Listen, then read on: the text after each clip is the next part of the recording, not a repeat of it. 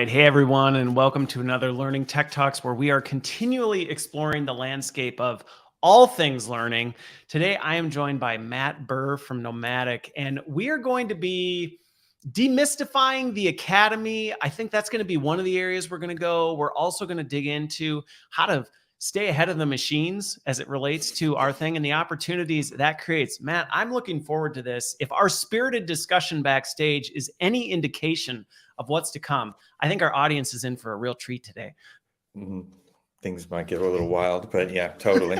Very excited. Thanks for having me. Yeah. So and by the way, I cannot tell because you went ahead and blurred your background. So that always throws me. Where are you right now? You're fine. I don't care. But where are you in the world today?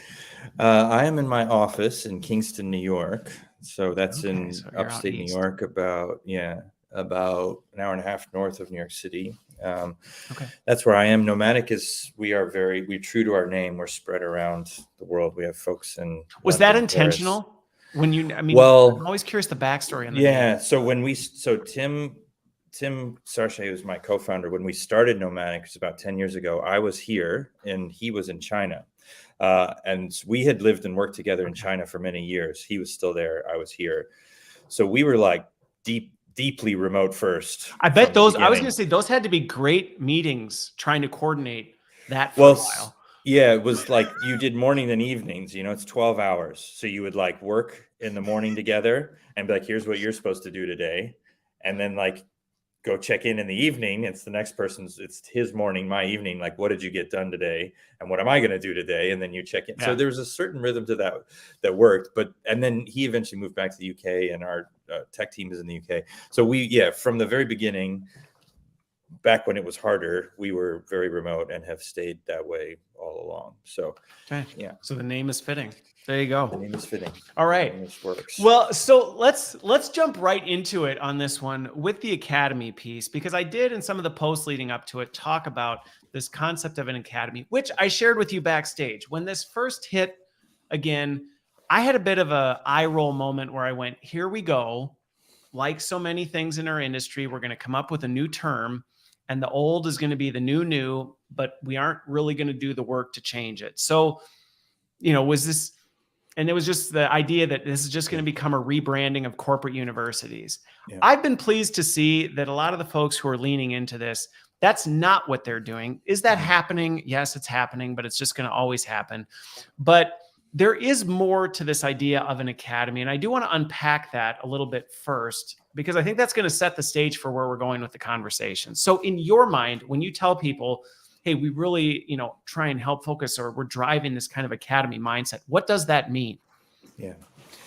Yeah. And I agree with you, by the way. It's like there's an endless proliferation of terms and platform names and whatever. And so there's always don't forget the 3-letter acronyms that pop up every, this one doesn't have one. So that's kind of, it doesn't, not yet. And I think the connection to the corporate university is also real. What we hope is, instead of it being a rebranding, it's a reimagining, given a totally, like the heydays of the corporate university was now like 25 years ago when that first started. And I think that some of the kind of dreams and aspirations around that moment are actually possible now, but it didn't work back then. Like the old corporate university ended up either being a beautiful physical campus, and some people built amazing corporate universities, or a collection of courses in your LMS that was not so amazing.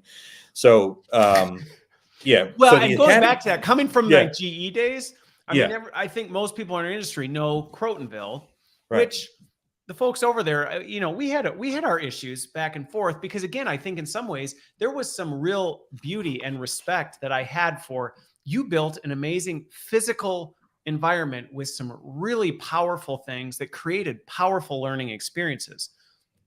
And you have to be careful that doesn't come back as a cool, I went on this trip. Yeah. And then I went back to work type of a thing. And I think that's sometimes the break of the traditional university, when you got it right, was, okay, it was really cool, but did that translate back to performance? So I think then it was like, well, that's not scalable. I know, we'll call our LMS a university. And then you didn't even get the cool it, experience part. yeah, It was that's like, well, right. now And you things just went get down. like kind of a Yeah. crappy experience. Yeah. No, so it's like, what would it mean to take Crotonville, the best of that, to move it online in a meaningful way, make it always on, keep people engaged? That's kind of the aspiration behind an academy. And so there's a few big things that we think about when we think about academies. One is that they serve a different purpose than an LMS or an LXP. An LMS or an LXP is designed to be horizontal. It's designed to stretch across every learning challenge potentially in the organization.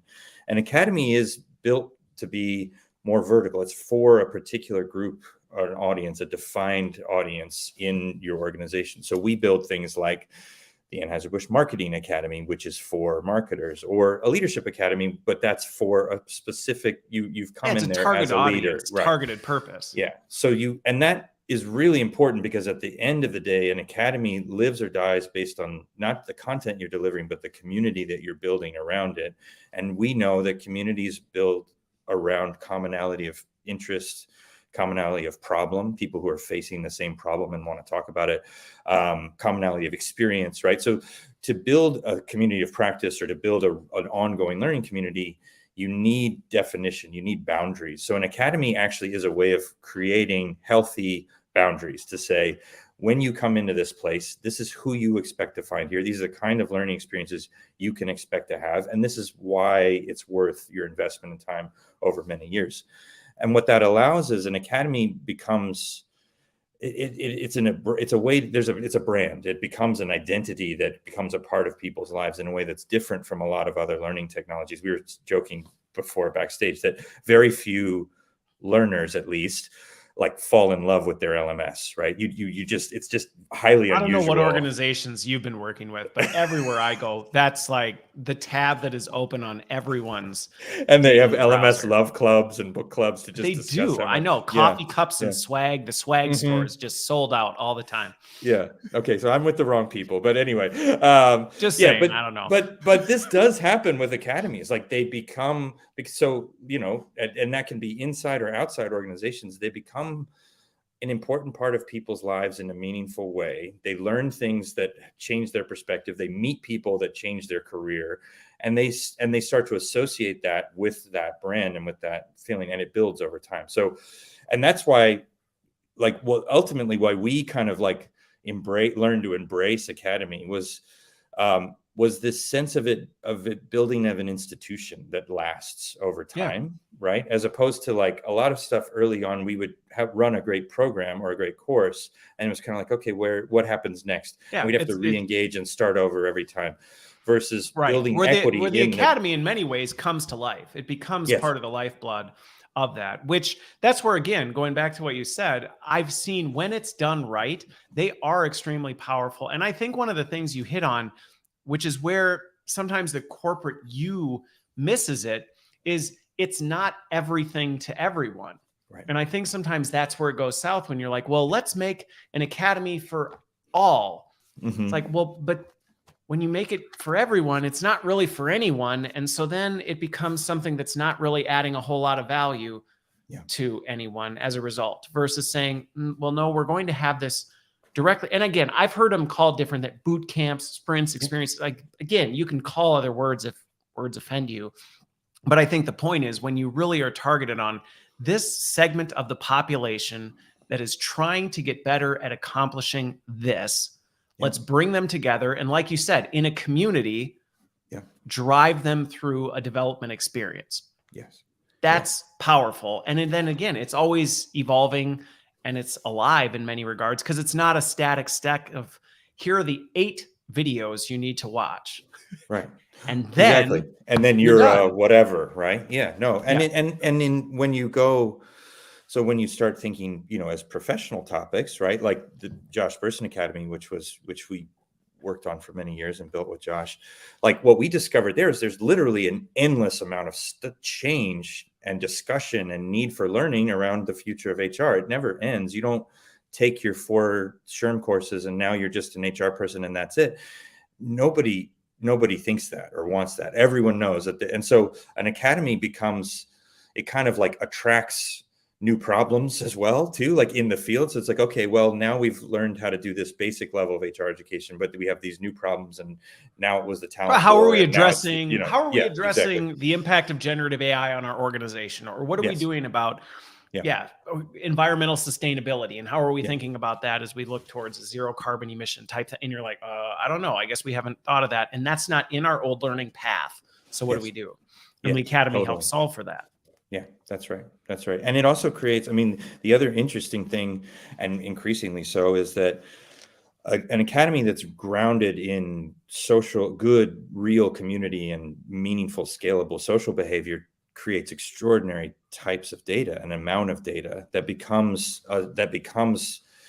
that integrates its way into other kinds of workflows that you wouldn't expect, right? So like, in one of our marketing academies, we measure something called influence. So in addition to completion and understanding and kind of normal learning metrics, we're looking at who are the influencers in your marketing organization. Well, turns out for marketing organizations, that data is much more indicative of who the talent they need to find than quiz data, completion data, or understanding data. So, and that is now integrated into performance management systems or workflows in other kinds of ways. So when you have, at the core of it is like, find people who need to talk to each other, there's meaningful and real learning experiences that you can create over time. If that starts to happen, part of the momentum builds because of the data that's coming off of that you can then feed back in and say, okay, we learned from this group of people, or we saw that there was a struggle here, or influencers were interested in this and not interested in this, and that can help us improve and shape and grow the academy over time. Well, and what's interesting about what you just described, and I think this is an important part of this that's coming out of that. Last week, I had Kyle Jackson from Tailspin on, and we were talking about there's a big difference between passive learning and active learning. Yeah. And what you're describing, and I think this is one of at the heart of a good academy, is it is active learning that's happening versus passive. And I think that's the shift. If you create a series of things that people passively consume, I think it's an offense to call that an academy, because to me, it's like, well, you're not actively asking anyone to participate, to contribute, to be a part of the experience. Yeah.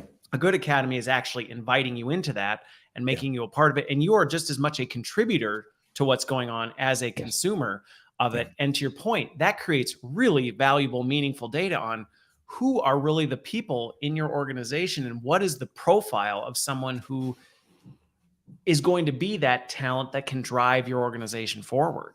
Yeah, totally. And I agree completely. And active learning, I mean, part of the way learning gets active is by putting it into a social context. So one of the things that feels so passive about like e-learning is I'm on my own.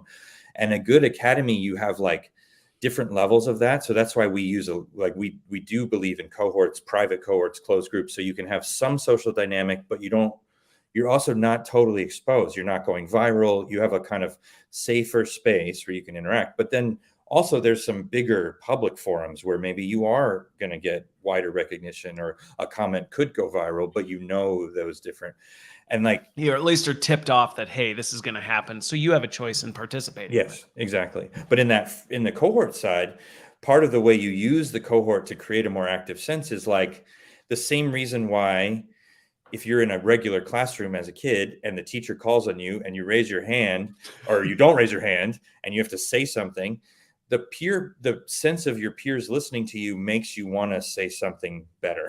And if it doesn't work out, then the next time you want to be more prepared, right? We've always used peer pressure and social context in learning to help make people push through hard stuff. Because always with learning, you have to and that's why I don't really believe like clicking through any learning course on your own.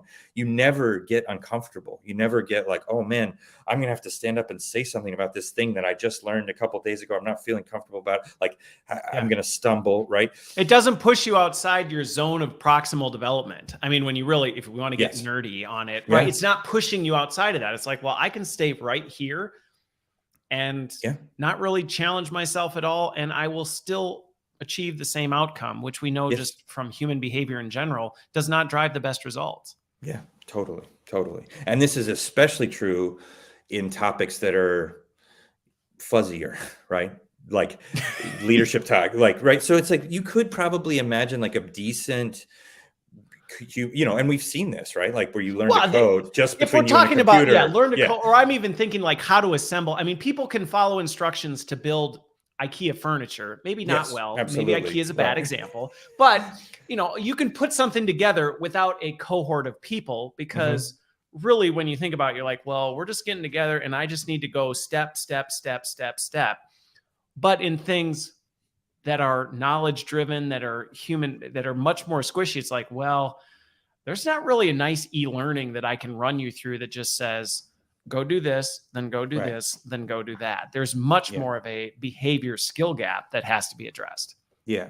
And it's especially and almost everything that we're teaching are things like that are like, you're going to get thrown into this situation. It's going to be really uncertain. You're going to think it's this way, but it's actually this way. And then you're going to realize that it's that way. And the only there's way going to be 100 variables that we actually don't know what they're going to be in that moment. Right. Are you ready? It's like, yeah. What? So what do you do to train? So the best way you can equip people with mental models, you can help them learn how to see things, but then the best thing you do is also help them practice and converse and talk to other people trying to make sense of similar kinds of situations where I can say, oh, Chris, you saw it that way. I saw it this way. Like that's like always how adults have learned to make their way through uncertain situations. What we're trying to do with the Academy is figure out how to make it more scalable, make the best types of those learning experiences more scalable, more efficient, more able to kind of reach the size and scale of some of these problems, right? Yeah. We have clients who are like, well, I have 30,000 people who all need to know this thing in the next 3 months. Like, okay, wow. And not just know it, change the way they're working, right? Like do so it, not just have like a nice mental model that they can reference on a PowerPoint, but like, no, we need to be able to put them in the situation and they got to execute and land the plane. Yeah. And so, well, what's funny too about you with this, so I cut my teeth in elementary and middle school education and then transitioned into corporate. And it was really interesting for me coming into the corporate space, how often it was like, well, adults are like this. And I remember being like, are you kidding? Like, this is no different than I was dealing with middle schoolers. And I have 7 kids now and I watch the way they interact and stuff. It's like, grownups are not really all that different. We just like to think we are. But it's like, actually, no, we stumble around. We kind of engage with each other. We aren't always comfortable in taking risks and all this stuff. And we need those environments that push us and encourage us and support us through that process. And that's how we grow. Totally. I mean, I think we learn it, like adult learning is there are differences between an adult brain and a child's brain. Okay. But let's just say that that's like 10% of the difference. Most of the difference between them comes from context. Like adults have no time. They have a lot of pressure. They have a lot of stuff in their brain already that they're already trying to make sense of. They maybe have more fixed preconceived notions that are wrong, that are harder to unlodge, those kind of things. But those are not really cognitive difference so much as they're like social and contextual, which is why the whole social context of it is so important in this, because it's like that's how you help break that stuff out. Because like my kids who have never done a thing before, they don't have 500 other situations that they're going, now how do I deconstruct this situation and then put it together? Like, I don't know what I'm doing right now. I'm just going to try and wing it. But interesting. So I am curious on this because there's 2 areas I want to go with it. Okay, so here's the first one, and we'll see where we go, and then I'm going to come back to this one later. I get really frustrated by this, but I'm curious how you handle this, because one of the pushbacks, I've always been pushing the lens on digital first, and people assume that that means I hate being around people, which there's some truth in that, but I also really enjoy engaging with people and all this other stuff. And I see real value in that. And so it gets misinterpreted as, oh, you don't think people should ever engage live or be together in person. Like, that's not what I'm saying. What I'm saying is we need to think about how the technology can optimize all of this stuff. And some of the pushback I've seen to digital transformation and learning is, well, it's never quite good if it's not in person. And you've challenge that status quo. And I've personally seen really powerful stuff in the past where it's like, that is not true. So I'm curious, how do you find that right mix? Because the idea that you couldn't do an academy digitally because there's some spirit sprinkles that won't be included in that recipe. Where have you found that mix? Yeah, I mean, well, so first of all, I'm the same as you because it's like I love seeing human beings in person. I grew up, I cut my teeth as a classroom facilitator. I know what it feels like to be in a group of people that clicks and feels great, and that's awesome, right? So if you have unlimited budget, unlimited time, and unlimited ability to travel around the world, then why not? But the problem is, in the real world, we don't. That's That's not the just it. real That's choice, not the right? real world we work Yeah, in. yeah. The real choice is often a small number of people are going to get this really powerful experience. A huge number of people are going to get this really awful The experience. And then lunchbox version of the someday, steak dinner. yeah, and someday if they're lucky, once every 5 years, they may get invited into the good experience. And right. And so the question is like, so that just doesn't. So fundamentally, they're not actually at odds with each other. The choice is like, are you having good digital or bad digital, and what comes first? So to your point, Yeah.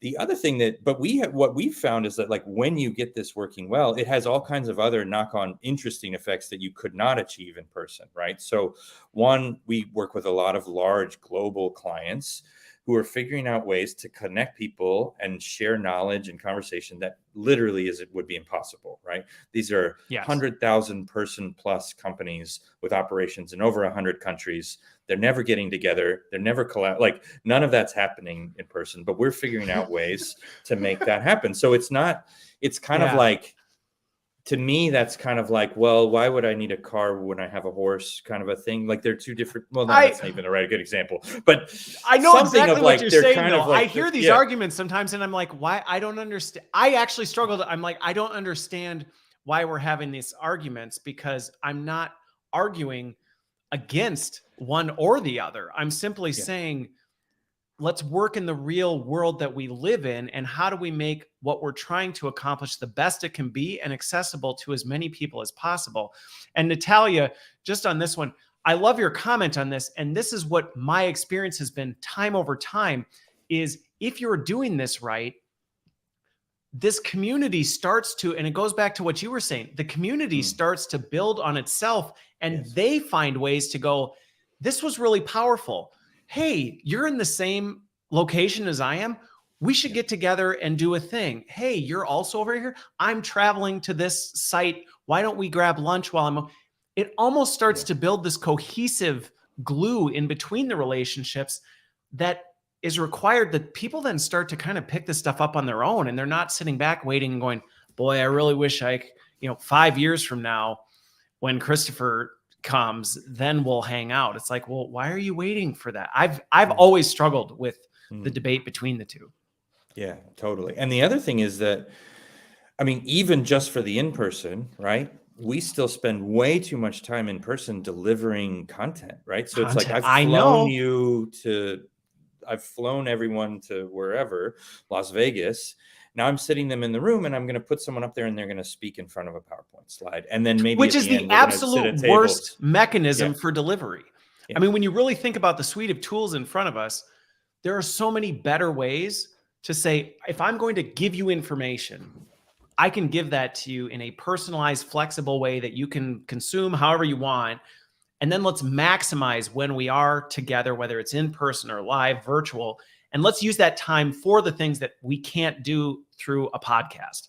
Yes, totally. Totally. And so that's like, so the best, and I mean, and we have clients who are doing really interesting stuff with that, which is like, they have the academy, everybody's in the academy, people who are performing really well in the academy are getting invited into these events that become a place that's really more about networking, going deeper. They're visiting stores, something that's connected, but it's not a substitute, or it's not like the same curriculum, but now repackaged for live, right? It's a totally different experience. And they actually use the experience to help drive engagement and completion in the broader academy, rather than the other way around. Because that's like, I know that if I'm performing well in it, then that's how I get a route into this elevated thing, which also can, we can talk about this also, but that can sometimes feel like a black box to people. Like, how do I get to be one of those people in the emerging leader, whatever thing, right? Right. How do I even get identified and be on anybody's radar to know that I'm somebody who should actively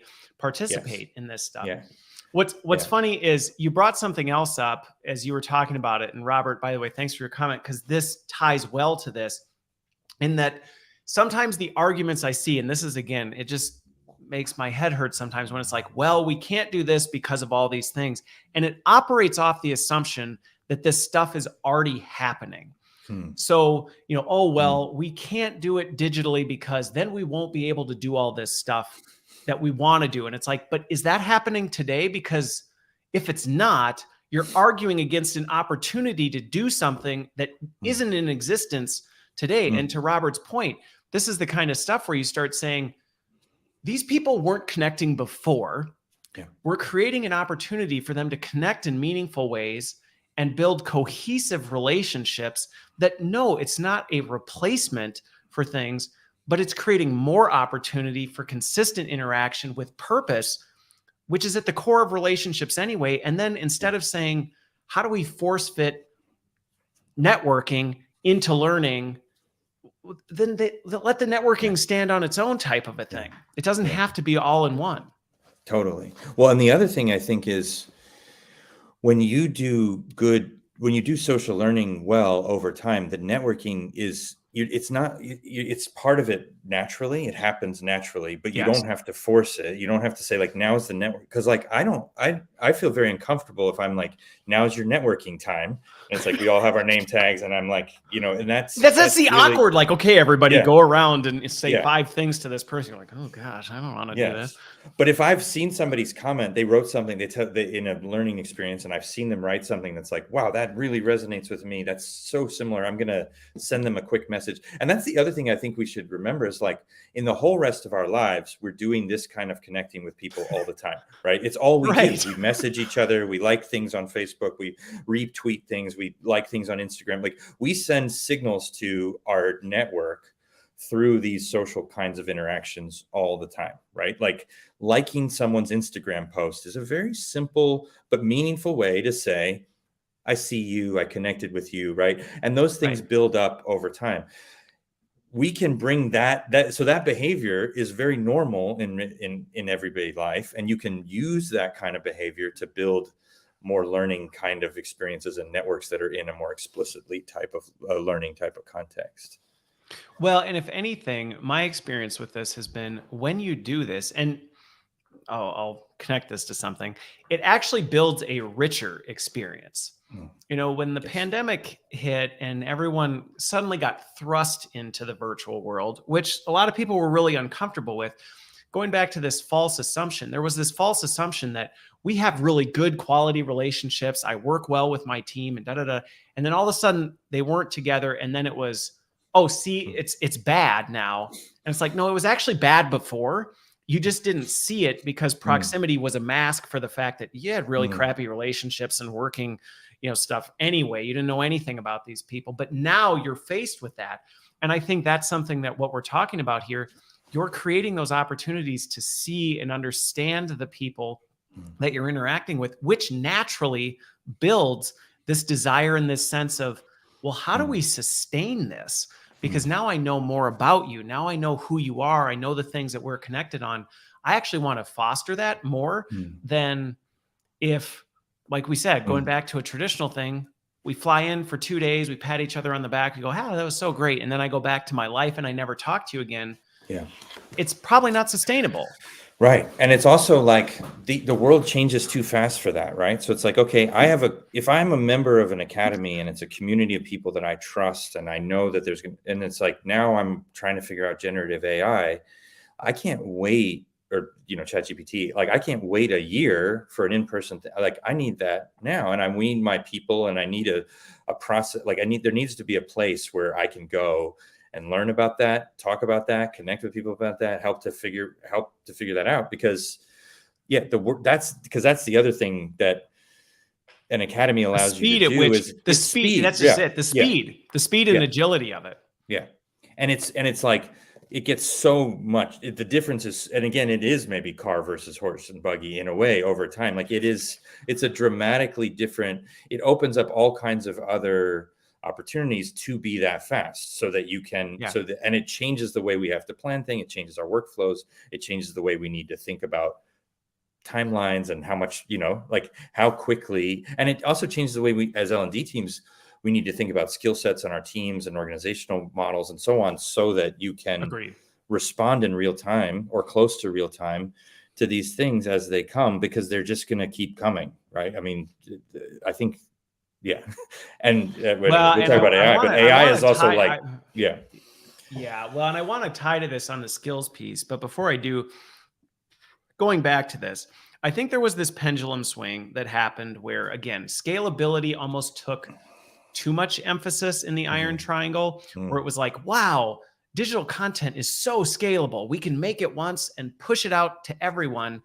And it's like, well, I mean, yeah, but you almost over-indexed on the scalability, and we lost the richness of, okay, but that's passive consumption. That's not necessarily in and of itself. It's not driving change. And I think then there's the natural swing back to, well, then let's go back to how it was before, which is like, well, like you said before, it's not scalable. It's only accessible to a small group of people. It's not timely. It's not adaptable. So I think what we're talking about when you get the Academy right, it's that sweet spot of, yes, let's make it rich and engaging and social and relevant and adaptable. And let's design it with scalability that makes this accessible and inclusive to people who would formerly have no access to these things. Yeah, absolutely. That's right. And core skills that we have as L&D people, like facilitation, for example.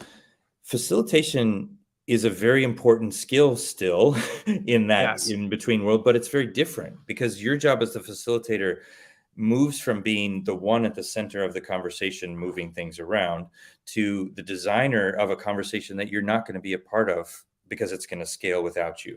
But you still have to design so if you just throw out, and we've tried this, you just throw out a discussion forum after a long video and you're like, hey, what did you think about this?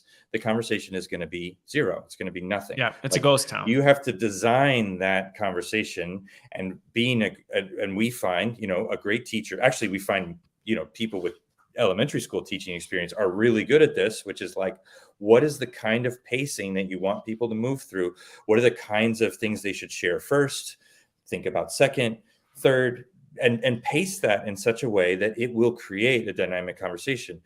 The skill you developed in a classroom or in a conference room doing that as a facilitator is very similar. It translates well, but it does require, it's a shift of modality to say, yeah, I'm designing I'm designing for a well-facilitated conversation, instead of I'm in there facilitating. I'm in charge of myself. And that's where it's like I planted that with you, because that was exactly where I wanted to go next. Was this is a shift, and while there's a lot of transferable skills we can take from this, the role of L&D is very much changing in the world right now. And this isn't even talking about generative AI. This is even just talking about this kind of stuff where we're going, okay, if we're trying to create these dynamic, personalized, inclusive, adaptive experiences compared to a one-size-fits-all digital module that gets pushed into an LMS and assigned out to the masses, there are definitely some transferable skills in that,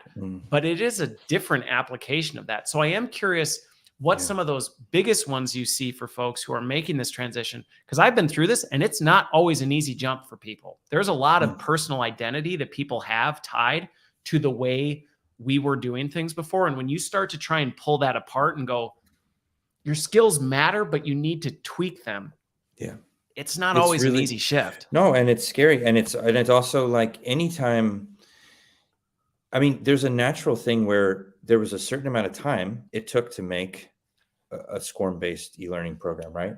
And these things are shorter. Like they just have to be, and we have to move faster. And so like our timelines are getting compressed. Like there's all kinds of reasons why this can feel scary. I mean, so, there's a few big things that I think about, which is like that the ability to like understand the business context in which you're working in a really, really deep way and come back with creative, simple solutions that achieve that in a way that the business wasn't even expecting, right? Like that is core. That's to what a skill. We do. That's a skill. And that skill is changing on both sides, right? Because it's like what the business needs are changing. So you have to be adept and really learning that. And our tool set and our design template that we're coming back to them with has to evolve as well. And so we have to come back with like surprisingly interesting and compelling new solutions that are surprisingly efficient and scalable and engaging and interesting. And the first time the business partner or your client sees them, is like, wow, whoa, what's this? This is amazing. Like that. And sometimes that's not always the response, by the way. Of course. No, I mean, like sometimes it's like, wait a minute, I don't like this because in my Yes. head, I have this vision of how this should go. And there is a lot of this pushback of going, yes, but our goal is to achieve the best outcome. And that's what we're here to do. Yeah. Yeah. There's like, I asked you for a SCORM course. What did you just bring? Right. Like, I asked you to put together an e-learning. Yeah, exactly. What is this, right? And so being fluent and confident and saying like, yep, but this is how we're going to achieve your outcomes and this is why. So that's one thing. I think also we have to be really relentless in understanding what on the content side, because there's still content. That's not that, yes. But in an academy, what happens is oftentimes we're actually doing a lot less content, but it's getting a lot more visibility if it's working, right? So it's not a monolithic one fits all, but you need to have these like certain stories or certain things that you're telling can get very, very big inside an organization. So understanding what is truly most engaging for our learners. And for us, that's like almost always real stories told by real people about real stuff. And honestly, right? And like, so when we're imbuing our content with a sense of reality and honesty and authenticity. Yeah, that people want. And then, but like harder stuff is like scripted video conversations. Like it's really, really hard to get those right. And in a highly visible environment, you're going to be getting it wrong for a lot of people. And it's, so we tend to try and like focus in on like, what are the kinds of content that you can make that is going to be great, is going to shift the needle, can be really efficient. A great story from an authentic leader can be 2.5 minutes long and change someone's life. You can change someone's life in 2.5 minutes with a powerful story. A 60-minute scripted e-learning may or may not have that effect. Like it could, it's a huge gamble, let's just say, right? Because and I think the point that you're bringing up with this, that I think hopefully this has come through in the dialogue, is that what we're talking about is not a abandon or sunset traditional things and go throw those in the trash and now it's all this. It's like, no, but it's thinking differently about how those things fit into the experience. Because even what you described right there, I think sometimes historically, and this is how I've looked at it, is we've sometimes historically looked at ourselves as information architects. How do we structure the right information perfectly? Yeah. And that doesn't play nice with this way because, well, it is not always the same. And there's a lot of nuance to things and you can't get it right. And so if you're spending all your time going back to your point of trying to get that 60-minute thing perfect, it's useless before it's even done. Yeah. Versus if you say, what is the point of what we're really trying to communicate? And how do I tell that story in such a way that it facilitates and sparks dialogue or challenges people's thinking or brings to life something? You're still trying to create digital content that does that, but you're thinking about it completely differently. You're approaching it completely differently. And that is a big shift. Yeah. And it's like, what in the design process do we need to say? And what in the design process should we actually ask the cohort to this is very simple, but in an early instructional design revelation for us was we were trying to think of in a typical nomadic module, we use a lot of stories. We were stuck trying to find an additional story. We felt like we were and so we were everybody's Googling okay, we need a story about a leader who I can't remember what it was. They struggled in this way and then they overcame it and it came through this and it ended up with this. There was a sort of archetype of what we knew we needed. Everybody's out looking for it. Nobody can find it. And we were like, oh, what if we just threw that back to the cohort? We said, tell us a story, because we had one story like that. We need another, right? So it's read that, watch that video and tell us another story about that, right? So then the first time we ran that, we got 75 amazing stories. And we're like, oh, we had spent 5 days looking for one. By asking them, we got 75. And by the way, they all got to choose from those. And they contributed. Going back to the active learning part, you're inviting them into that. And again, that is a shift. Instead of thinking we are the holy grail of knowledge and experience, instead saying we're the architects of extraordinary experience that you participate in. And I think that's a big thing. And that changes the dynamic. We were joking backstage about going to a VR conference and sitting and just listening to people and going like, well, that's a terrible experience because you're not participating in the experience. And what you just described is a way of saying, invite those participants in, because like we were saying with adult and children, the difference is adults have experiences. They've got a wealth of them that they're bringing to the table. And rather than thinking, I have to have all the answers, you're coming in and saying, hey, here's what we're trying to accomplish. Here's some guideline, but how have you experienced that? And then keeping it on the rails. Yes, totally. And that in and of itself is a really, really hard skill, right? It's not It is a hard skill. And what is the story that you tell that prompts the group to really be honest and tell good stories, right? What's the example that you're using to do that? What happens after that? Where do you take them on that journey next? And how do you redirect when Gerald tells a story and you go, that's like not what we're trying to do at all? And how do you do that in a way without insulting Gerald, but using it as a learning opportunity to invite people in? I mean, this is a massive skill that transforms those experiences. Yes, absolutely. Absolutely. And then there's like a whole other question of like, so part of that is about giving up control, like, right. So it's like that, the problem, which is part of the hard part of moving to this. You're like, oh my gosh, you're asking me to let go. And it's like, yes, that's actually exactly what we're asking you to do. Yes. Because the alternative is because you don't have control anyway. So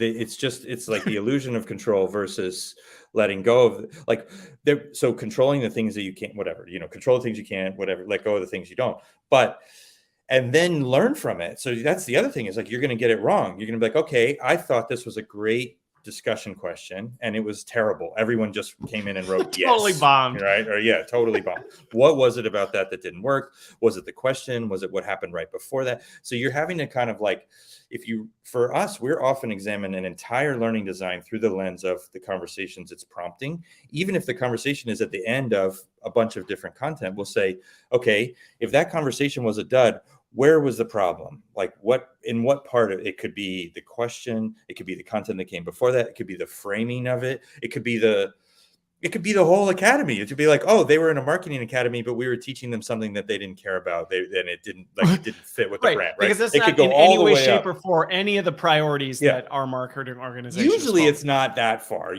But if you've gone that far, you made some mistakes further up the chain that you probably should take a look at your process. It's a sign of a bigger problem, but maybe, right? But all of that is like, okay, so what do we do? What do we try next time? Let's try the beautiful thing about running cohorts at scale is you can try these things immediately. You can say, okay, well, that didn't work. Let's try a new one. Let's see the next one. And we don't have to wait for a year to get everybody back to Vegas. So I don't want to keep harping on the in-person thing, but that's just another example of like something you lose with an only focus on in-person is iteration is very slow. It's all or nothing. Right?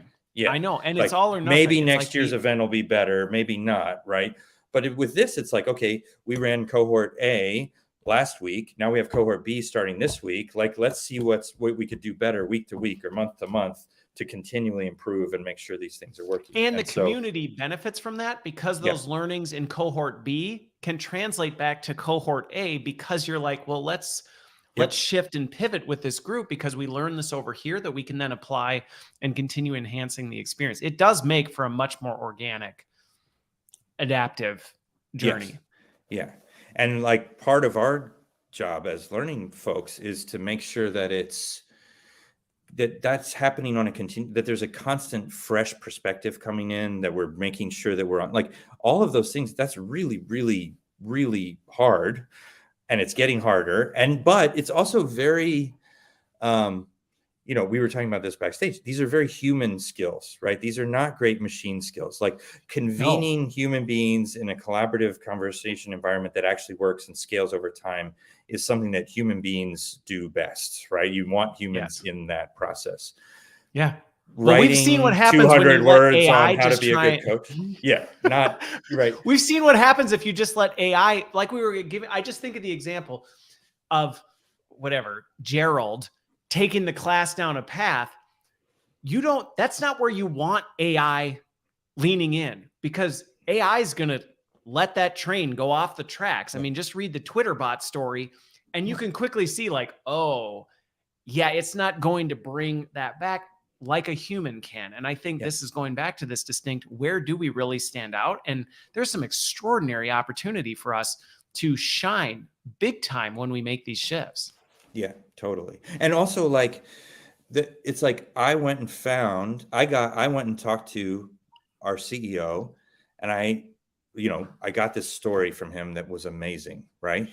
Like that's because I, as a human, talked to him as a human or her as a human, got this story. We shared this story. Other people related to it as human beings. And they so there's the sort of focusing on those human elements of what we do best, which is what actually drives real learning, I think is the key to like making sure we not just survive, but I mean, this is what we were saying, like thrive. Certain parts of our workflow could go the way of the dodo bird. They're going to very quickly. Yes. But the core strategic function that we have is going to be more important than ever, right? Because AI is going to drive. I'm just laughing at the dodo bird. Sorry. No, but I mean, you're spot on with that. And I think that's one of the realities that people are facing right now is there are elements of your job that are going to go the way of the lamplighter. I mean, it's just, there isn't a purpose for it anymore. AI is going to be better equipped to do it. And that's not scary. If anything, that means you can spend more of your time and energy on these distinctly human pieces that, I mean, honestly, when I talk to people, those are the people that give people life. Like those are the parts where their eyes light up and they go like, oh, I love doing that. Nobody's like, you know what I really love doing? Like you said, writing up those 200 words on, that's not the thing that people are like, boy, I am thrilled to do that piece. Right. I am curious though on this, because some of the things that we're talking about right now, and if you've got a secret for it, I would love to hear it, because a lot of what we're talking about is getting comfortable with being uncomfortable, because that's the whole thing with the academy. If you're trying to create an academy that is surgically precise of this is exactly how it's going to go and everything's going to, the dominoes are all going to fall in place and it's a Rube Goldberg machine that is going to trigger every time, it's like, that ain't happening. And I personally love, I love being uncomfortable. Right. Okay, I'm just like, great. Like throw me into the deep end of the pool and whatever. If I drowned, you know, you'll pull me out and resuscitate me type of a thing. But I know that's not the case for a lot of people. So I am curious for organizations, because that is a big step, and not to freak people out, but going, you're going to have to become more comfortable with some ambiguity. How have you helped people navigate that? Because that is a tough, that's tough really thing hard to become more comfortable with. Yeah. And it's, you know, there's like I tend to kind of, I say that I like uncertainty, but actually I don't either. Nobody does real, like true deep uncertainty, like a sense of being very lost in a city, right? Like there's maybe sort of an adventure in that, but the adventure is that you were pretty sure you're going to get unlost at some point, right? You're not going to die in a city and you don't think you're going to get unlost. That's a very uncomfortable feeling. And that's what can be, we can get into these patterns where it's like, no, it's not just momentary uncertainty. It's like deep existential, permanent looking uncertainty crisis that can be really hard. So one of the things is like to flip that and say, okay, yes, that's how I feel. Let me look into that feeling and understand that that's also how my learners feel. So if I refocus my energy on the people who I'm tasked with helping, okay, and saying that's what they feel like, then it takes the focus off of my own panic about my own uncertainty and says, okay, someone else who needs me feels this way. What am I going to do? How can I help them work through that? Looking at my own situation. So like understanding that like, yes, generative AI, certain pieces of it are coming for the L&D world. It's coming for everything, right? It's coming for our entire swaths of our organization, not just us. So if you work for it just created job security for us for more lifetimes than I'm going to be around. It probably did, right? So, but still, so it's like sit in that uncertainty, now reflect it back. How do I use that to be a more empathetic and better learning and person or teacher? I don't know if that's the right answer, but I think that we do have that advantage of like any moment of crisis like that for us as teachers or educators or learning professionals. you can always assume that the people you need to serve have something similar. Yeah. If you're and you can use- uncomfortable, yeah. the people around you are probably 10x that, because you at least have the awareness of, okay, this is an uncomfortable situation. They're walking in blind. So no, I actually think I think that's a good piece of advice for that. And some of the things that came out of what you described in that, though, that stuck out to me, and this is really my advice to folks on this, is it's leaning into that and going back to challenging the idea, like you said, but you said this earlier on, a lot of times we think we have control of things. And it's like, we don't have control of things. Did you see Netflix attempt at live streaming the other day? I mean, it made like Twitter, it went viral on it because it's like, yeah, see, Netflix, one of the leading providers in streaming services, tried to do a live stream and the whole thing blew up. Because as much as you'd like to think as you have control over everything, you actually don't. And acknowledging that in many regards is one of the first steps in going, okay, so what do I have control of so that I can start focusing on those things and be okay and hold with an open hand the fact that it's actually not all going to go exactly how I thought anyway. Yeah, totally.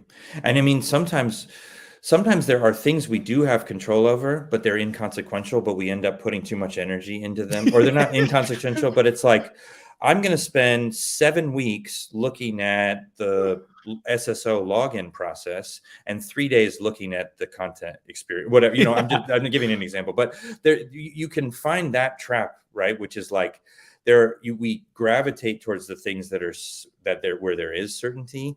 And then that actually compounds the problem of the uncertainty areas, because we're now, one that immediately comes to mind on what you're saying is, I think back to sometimes this is what we do with content. We pour way too much attention on, let's get the content exactly right. Let's use the perfect leadership model. Let's debate and spend weeks defining, like, what is are we going to use a overlapping diagram? Are we going to use a pyramid? Like all this. And it's like, hang on a second. We're going to get in the room and talk with people who've been in leadership for decades. They are not going to care about that. And they're going to throw you for a loop when they go, well, that's not actually how it worked for me. And now you're going, oops, we didn't spend any time planning for how we facilitate that. And I think that's exactly what you're getting at is we can try and zone in on, well, I can control this. I can control the PowerPoint deck. Yes, so totally let's put right. all our attention on that. Exactly right. Pyramids versus overlapping Venn diagrams and so on. And the other thing is, like, at the end of the day, whatever experience people have, right? 6 weeks later, they're going to have 1 or 2 things that they maybe remember from it or maybe changed. And it's like, did that, and it's not, and the pyramid or the overlapping Venn diagrams is not going to be what determines that. It's going to be like, did it resonate with them? Was it meaningful to them? Was it a story that they could hold on to? Did they have an opportunity to contribute? Yes. Did they practice? Did they say their own perspective? Did they think through it live in front of other people? And all of those things are what determine 6 weeks later in the chaotic situation, do they do something differently or not? Right. And so those, you have to hone in on those things and say, and let go of the pyramids. Right. Is mauve or forest green the right color for the background of this PowerPoint slide? And again, I'm in saying it in jest a little bit, while at the same time recognize there is value in quality of content. So I don't misquote me on this and think I don't care about that, because it does. And I have a lot of appreciation for quality design behind it. That is important. But I think what we're pointing out is sometimes when it comes to this, when you're looking at the bigger picture of this experience is going to be dynamic, there's going to be people with all different kinds of points of view coming together, bringing things, reacting to what this is. You might as well just throw your agenda out the window, because it's going to go in a way you didn't expect. Yeah, exactly. And so the content is really, I agree, it's really important, but it's like, you're not, I think what you and I are talking about are like big, long slides where I've done all the things that I want to teach are on the page, or they're in the deck. It's 80 pages and we've gotten to all the things, right? But actually none of the, like, you need like actually you have time for 4 of the things or 2 of the things. And it's really like 2 of them should be discussion prompts and 1 of them should be a picture. Like, it's very, very much less than we could possibly imagine versus the 80 pages, right? Like, anyway, so Yeah. Anyway, so I know we're almost. But out I of time. think the Yeah. point with this, and this is where sometimes the identity crisis can come in. And I acknowledge this a lot because I used to be a designer myself, and I've led teams of designers. And this can feel very scary because you hear this and you hear, so are you saying that what I do doesn't matter? And it's like, no, that's actually not what I'm saying at all. What I'm saying is the skills that made you good at that still apply to this new way, but you're going to have to refocus them and change the aperture because it's a different way of approaching the situation. Instead of being concerned about the exact, UX of the slide and how this all plays out, instead you're going to have to think, what might happen in this environment that I need to account for and plan for? And how do I make sure that the question is designed in such a way that it fosters that discussion in a way that can be wrangled? Totally. Actually, I've been thinking about this. We have a lot of marketing clients, and one of the big things that's happening in marketing, especially big global brands, right, who historically especially have been very good at television commercials, right? The whole marketing organization are built around building great television commercials. And that's like, they spend so much time and money and effort, and then they launch it. And they used to have like a post-launch, post-mortem, right? Let's see what worked and what didn't work. What they're trying to shift to is like, way more like that, way more of the energy of the team is in post-launch. In fact, they use this word in marketing, in-flight optimization, which is like where all the learning and exercise and energy is. Like, we have now not one commercial, but we have 1,000 pieces of content on 10,000 channels. We're kind of fine tuning and optimizing. And I feel like as learning people, we have to start to think about that as well. Like, not just like I made it, I put it in the LMS and I'm done. It's like actually most of our work is comes after in-flight optimization. It's what's happening next. What do I do now? How do I advance to this next thing, and so on. And so it is a more dynamic and faster moving, but it's also could be more interesting, and it's definitely can be more impactful. I think it's far more fascinating. Yeah, it's far more fascinating, and it's funny that you bring this up. So, Sam, by the way, you've got a setting in your thing that doesn't let your name show up, but I'm able to see who you are. So Sam Rogers brought up this point, and I think this is exactly what you're hitting on. Certainty only happens in reverse. And a lot of times we ignore that. We're like, okay, how do we make sure we get everything right before? And it's like, well, there's no guaranteeing that. So why don't you do it? And then based on what happens, you can reflect back on that and then go, now, how do we quickly adapt or change or evolve what we're doing to try and make it better the next time? And the beauty of digital academies is that next time isn't 2 years from now when we've finally gotten around to bringing the same group of people together because the last one got rained out and we couldn't end up doing it type of a thing. There's a chance to actually make these iterations and move at the speed of business. Yeah, totally. There's like 5 other areas that I want to dig into, but in 2 minutes and 6 seconds, I don't think we're going to be able to cover even close to any of them. So closing thoughts in 60 seconds or less for you on, folks who are hearing this and going, okay, I get it.